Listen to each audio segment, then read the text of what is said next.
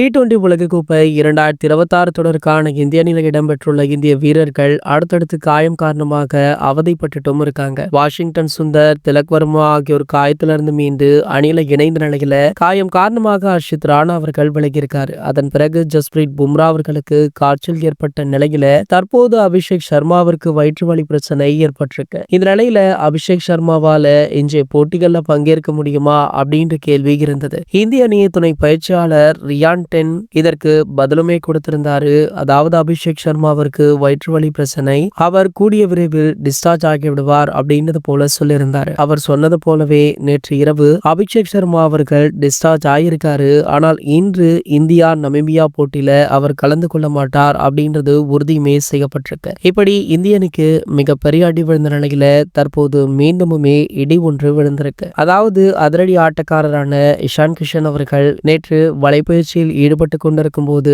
பும்ரா அவர்களுடைய பந்துல கால்ல பலத்தடி வாங்கியிருக்காரு. ஆகையால அவருமே பாத்தீங்கன்னா இன்ஜுரியில போயிருக்காராம். சோ இன்னைக்கு நடக்கவுள்ள நமீபியா போட்டியில அவருமே இருக்க மாட்டார் அப்படின்னு தகவல் வைரலுமே ஆகிட்டு இருக்கு. சோ மொத்தமாக 11 அணியே வேறு மாதிரி இருக்கும் அப்படின்னு சொல்லப்படுது. பொறுத்திருந்து பார்க்கலாம் என்ன நடக்குது அப்படின்றத. இது போன்ற செய்திகளை பத்தி நீங்க உடனே தெரிஞ்சுக்க நம்மளுடைய சேனலை மறக்காம சப்ஸ்கிரைப் பண்ணிக்கோங்க.